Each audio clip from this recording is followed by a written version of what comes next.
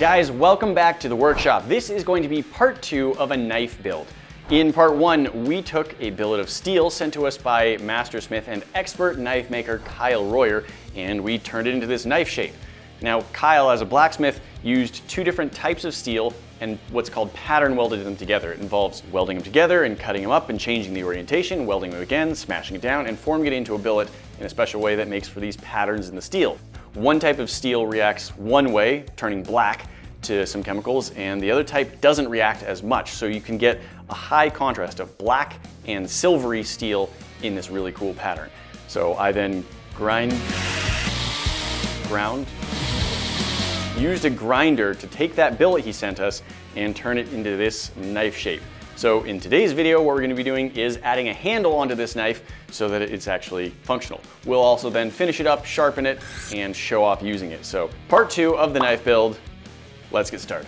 With the blade finished as far as I took it, it's time to move on to the handle. So I've drawn up some designs and I've come up with something that I think I'm going to like pretty well. I think it should look pretty good. I'm going to actually change what's looking like a hidden tang into a through tang.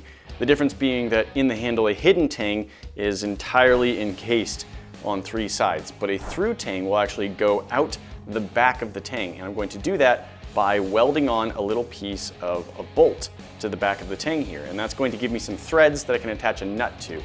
And as an example is another knife here in the workshop that's in progress. You can see I've got the handle, the tang running down through, and then I've got some threads at the back of it, and this use case nut threads onto the back. And that way, this can be used to tighten down all of the handle materials in between. So I'm going to have several parts. Most of it is going to be made from this beautiful stabilized green burl wood, but I'm also going to have some stainless steel as a little wafer spacer at the top and bottom. And then at the very back, I'm going to have at the end is a butt cap made of this piece of Meteorite.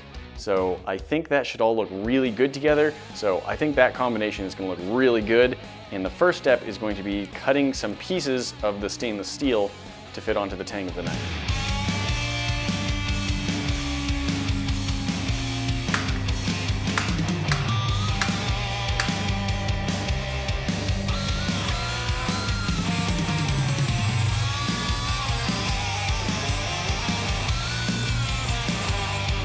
This little piece of steel that I've been carving out, the goal is to make it so that it slides on to the tang and that it will fit perfectly up against the shoulder of this joint here. And at this point, I can get it about that far onto the tang, which means that I now need to use some very small files and shape this hole until it will perfectly fit up where I want it to go. Making progress. Sanding down using our file grinding guide to try and keep those lines nice and straight. And you have to start doing things just a tiny bit at a time to make it line up just right. So I've moved from it stopping about right here to up to here. So now I just have to keep widening it a little bit at a time until it's just right to fit snug up against the, whatever that part's called again, I forgot. Ricasso. The ricasso. I need to go like 0.8 millimeters larger still. I got a pretty good matchup with this spacer and the tang and the shoulder of the ricasso. All the important parts, they're lining up pretty well. I'm not 100% sure it's as far as I want, but it's looking really good. So I'm going to move on to the next step, which is going to be thinning out this tang. I'm going to narrow this down. I've marked off where the center line is and how far down I can come before I start messing with how this piece sits on it. And I'm now just going to grind this down to a narrower shape.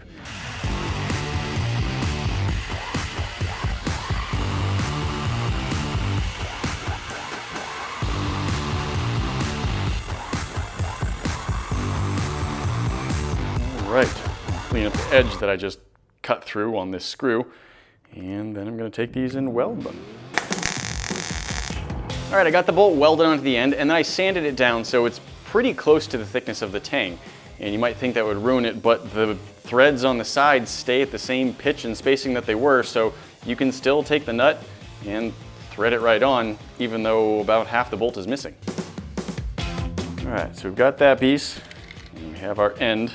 We got some parts that need to go in the middle. First, we're going to have a block of wood. I don't need the block as long as the whole Tang, but I probably want to cut it right about there. So it's just barely shorter than it, and I'll probably cut it shorter after that as I work with the steel spacer and the Meteorite. But to give myself as much room as possible, I'm going to try and cut the block off right here and then get a hole drilled all the way through it.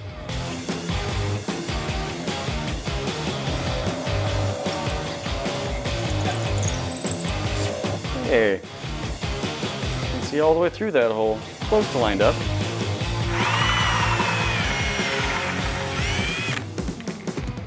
Doesn't even need to go that far because I've got this spacer that has to go on as well. So I have to carve out a wider spot.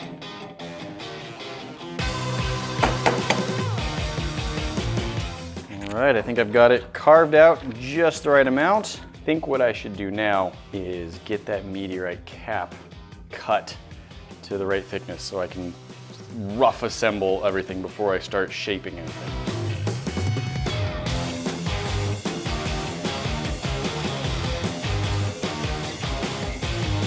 Ooh, that was not the cleanest grinding, cutting job I've ever done, but I did manage to get through it.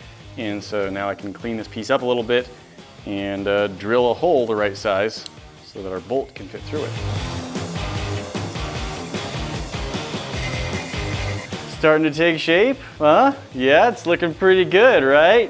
It's not done, obviously. Well, I only have one more part, and that is that last spacer, which again is gonna be stainless steel to match this one. So the handle of this knife is gonna have 4 main pieces, but I'm gonna start by shaping the wooden piece, and then I'm going to make all of the metal pieces shaped to match that.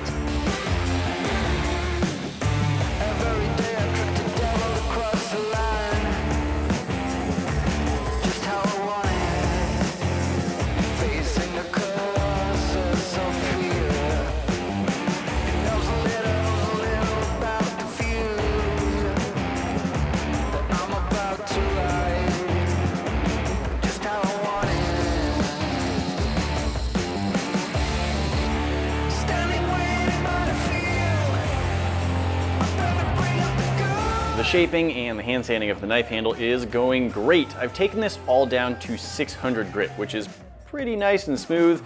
It feels really good in the hand. It indexes well. I'm very happy with where it is. So at this point, I'm gonna move on to shaping the metal bits. Remember, we're gonna have a metal piece right here and 3 different metal pieces back here.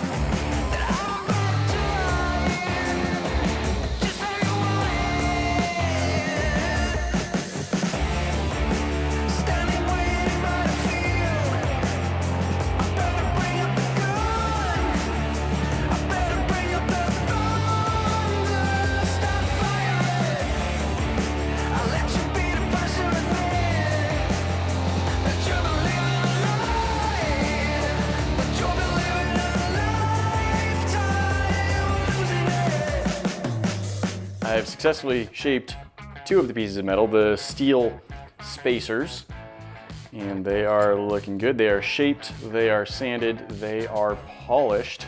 That means that the next step is shaping the Meteorite.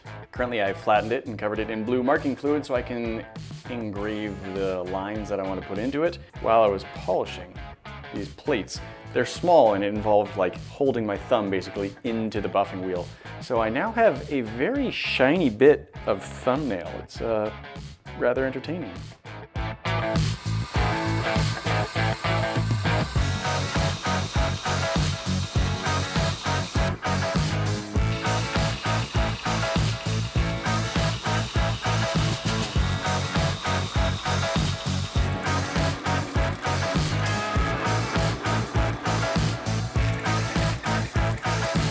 I've got all of the metal pieces shaped just right, and the wood. I've got the handle. I think everything is the right shape. So now I'm gonna take my little piece of Meteorite, that's gonna be the butt cap, and I'm putting it into our nitric acid. This should bring out the really cool Meteorite patterns that we have on it.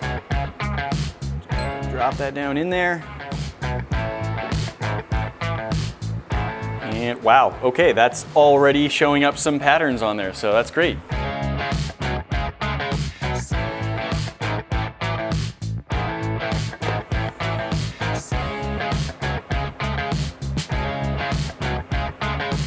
Now that I've got the Meteorite etched, all the hardware is working nicely together. There's just a few more steps I'm gonna have to do before gluing this up and then finishing it off. The burl material that the handle's made of has a lot of little pinholes, so I need to go in and fill those in. To do that, I'm gonna be using some sawdust from this knife, so it's a matching color, and some very fine super glue.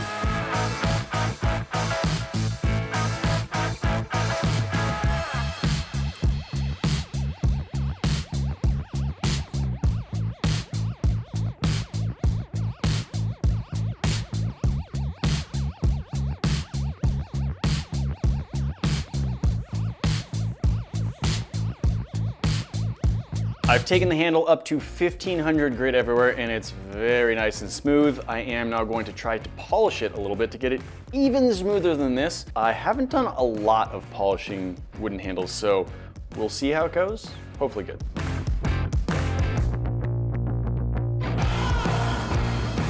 With the handle sanded and polished, now it's gonna get waxed.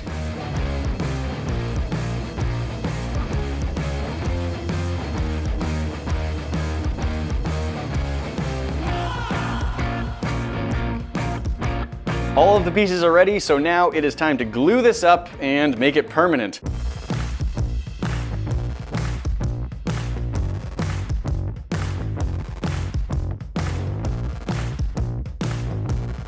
At this point, I think most of the void in the handle is full of epoxy. It's of course hard to tell, and there's not a lot of void in this handle, but I did my best. The epoxy's curing. I've got the knife just set up here. It's suspended over this in case any of that epoxy does start to creep out the bottom and drip. I'll come check on it for a couple hours and just make sure I'm cleaning up anything that does do that. But other than that, it's time to just let this cure. Everything with the gluing went great. I had it upside down and I came back about every hour to see if any glue was starting to squeeze out, and I only had a tiny bit the first time. After that, the glue had solidified enough and it was clamped on well enough that nothing else was able to leak out. So at this point, the construction of the knife is finished, and I gotta say, I am absolutely loving it. So it is time to put a sharp edge on this knife and then test it out a little bit.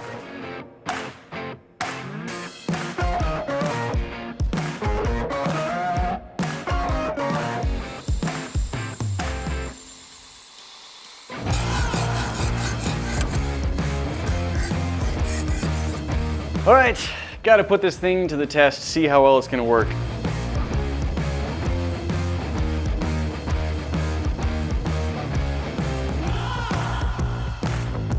Can we slice through a tomato? Well, that's just the weight of the knife blade, so yeah, that part slices pretty nice. The knife is sharp. Oh.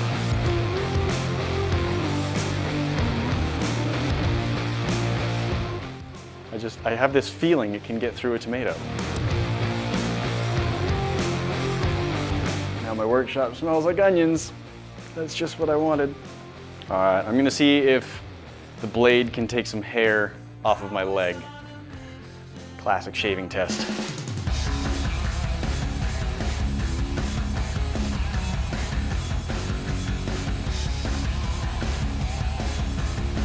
Yep. That'll get through hair. There you have it.